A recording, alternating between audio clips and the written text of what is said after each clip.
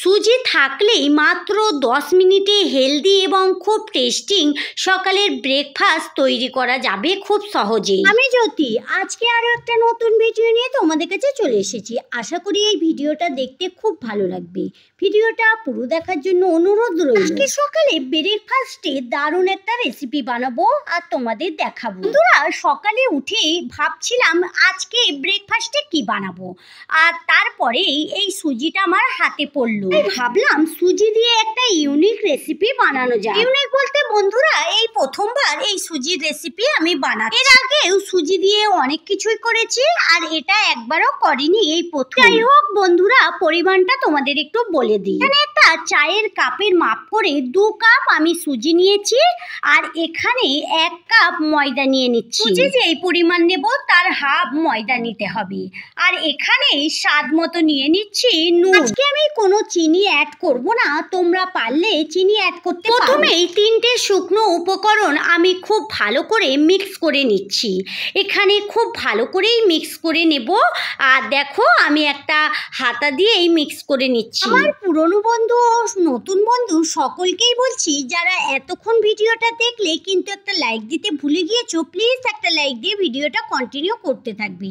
আর যারা আজকে আমার চ্যানেলে নতুন, আমার ভিডিওর কোথাও যদি একটু ভালো লেগে যায় তাহলে আমার চ্যানেলটা সাবস্ক্রাইব করে সঙ্গে থাকতে পারো। যারা এই কাজটা করে রেখেছো অসংখ্য ধন্যবাদ। শুকনো উপকরণগুলো মেশানোর পর আমি যেই কাপ দিয়ে সুজি বা ময়দা নিয়েছিলাম ওই কাপেরই মাপ করে 2 কাপ এখানে পানি অ্যাড করলাম। আর পানিটা দিয়ে খুব ভালো করে সুজিটা সাথে মিক্স করে নিতে হবে। আর দেখো, একটুখানি মিক্স করার পরেই সবটা একদম এরকম গাঢ় হয়ে যাবে। এটা কোনো রুম টেম্পারেচারে বা রেস্টে রাখার প্রয়োজন নেই, সাথে সাথেই করা যেতে পারে। তো আমি এখানে একটা ব্লেন্ডার নিয়ে নিয়েছি, আর এখানে দিয়েই আমি খুব ভালো করে একটু মিক্স করে নেব। কারণ সুজিটা একটু দানা দানা থাকে, তো তাই ব্লেন্ডারে মিক্স করলে খুব সহজেই মিক্স হয়ে যায়। এখানে মিক্স করে চলে এসেছি। এবারে এটাকে একটা জায়গাতে ঢেলে দেব। যেই জায়গাটায় ঢালা রয়েছিল ওটা ছোট হয়ে গেছে, তাই একটা বড় জায়গাতে ঢেলে দেব। মিক্সচারের জার থেকে সবগুলো এখানে ভালো করে ঢেলে নিচ্ছি। আর মিক্সচারের জারে একটু গায়ে লেগে আছে, ওখানে 1 কাপের মতো পানি দিয়ে আমি আবার 1 কাপ এখানে পানি অ্যাড করলাম। এখন পর্যন্ত মোট 3 কাপ পানি অ্যাড করেছি, আর ভালো করে মিক্স করে নিচ্ছি। আবার এখানে খুব ভালো করে মিক্স করা হয়ে গেছে। আর আমি দেখো একটা হাতা দিয়ে এরমভাবে তোমাদের দেখাচ্ছি কতটা ঘনত্ব হয়েছে। এখানে অনেকটাই ঘনত্ব হয়েছে। আমি আর ওই 4 টেবিল চামচ পানি এখানে অ্যাড করে দিলাম। তো একটু পাতলা করলাম। দেখো, এইভাবেই ব্যাটারটা তৈরি হবে। ব্যাটারটা পুরোপুরি আমার রেডি। আর এখানে আমি আর একটা উপকরণ অ্যাড করছি। এখানে দিয়ে দিলাম বেকিং সোডা। চাইলে বেকিং সোডার পরিবর্তে ইনো ব্যবহার করতে পারো। এখন অনেক সকাল, তাই আমার কাছে ইনো তো নেই, আর কেউ নেইও এত সকালে গিয়ে ইনো আনবে। রান্নাঘরে ছিল বেকিং সোডা, আমি ওটাই ব্যবহার করলাম।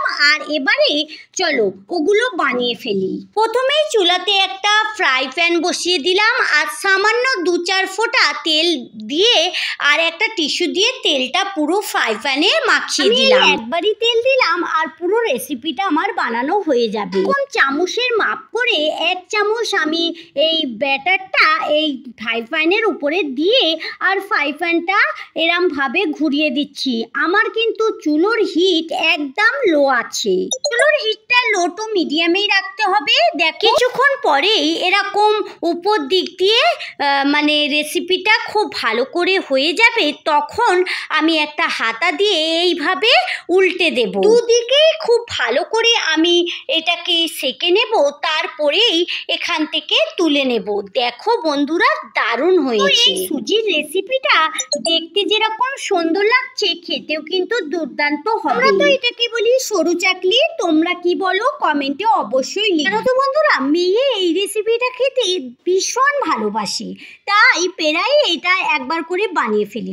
সবাই খায়, তবে মেয়ে বেশি ভালোবাসে। একইভাবে পুরো ব্যাটারটা সরু চাকলি বানিয়ে নিই, তারপরে তোমাদের দেখাচ্ছি। এরম ভাবে সবগুলো বানানো আমার হয়ে গেছে অফ ক্যামেরা। দেখো বন্ধুরা, এই দেখতে বেশ ভালো লাগছে।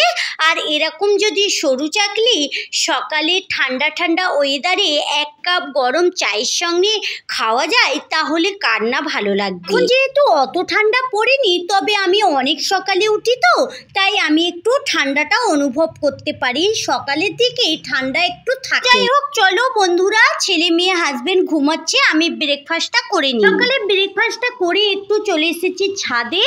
আর এখন তো যেহেতু একটু ছোটবেলা, তার জন্যই আমি সকালে ছাদের সব গাছগুলোকে পানি দিয়ে দিই। পড়তে না পড়তেই আমার বেশ কিছুটা গাছে অনেকগুলো ফুলও এসে গেছে। তোমাদের একটু দেখিয়েও দিচ্ছি, গোলাপ ফুলের অনেকগুলো ফুল ফুটেছে। গোলাপ এদিকে দেখো বন্ধুরা, দোপাটি ফুল গাছগুলো বেশ কালারিং, অনেকগুলো কালারের ফুলও ফুটেছে, দেখতে বেশ ভালোও লাগছে। সকালে গাছে তো পানি দেব, তার আগে দেখো সব গাছের গোড়ায় ছোট ছোট ঘাস আগাছা অনেকগুলো জন্মেছে। আর ওগুলো থাকলে গাছের জন্যই যতটা সম্ভব হয় সব গাছের গোড়ায় আগাছাগুলোকে একটু একটু করে তুলে ফেলে দেব। গাছের গোড়া থেকে যখন আগাছা তুলছি তখন ভাবছি গোড়ার মাটিটা একটু আলগাও করে দিই। আর একটা গাছ নুয়েও গেছে, ওটাকে একটু সোজা করে বসিয়েও দেব। বলে বন্ধুরা, চলো আজকের মতো ভিডিও এই পর্যন্তই। দেখা হচ্ছে নতুন কোনো ভিডিওর সঙ্গে। ভালো থেকো, সুস্থ থেকো, সাবধানে থেকো। ভালো লাগলে লাইক কমেন্ট শেয়ার করো। যারা এতক্ষণ আমার সঙ্গে থাকলে, আমার ভিডিওর কোথাও যদি একটু ভালো লেগে যায় তাহলে আমার চ্যানেলটা সাবস্ক্রাইব করে সঙ্গে থাকতে পারো। যারা এই কাজটা করে রেখেছো তাদেরকে অসংখ্য ধন্যবাদ। Thank you.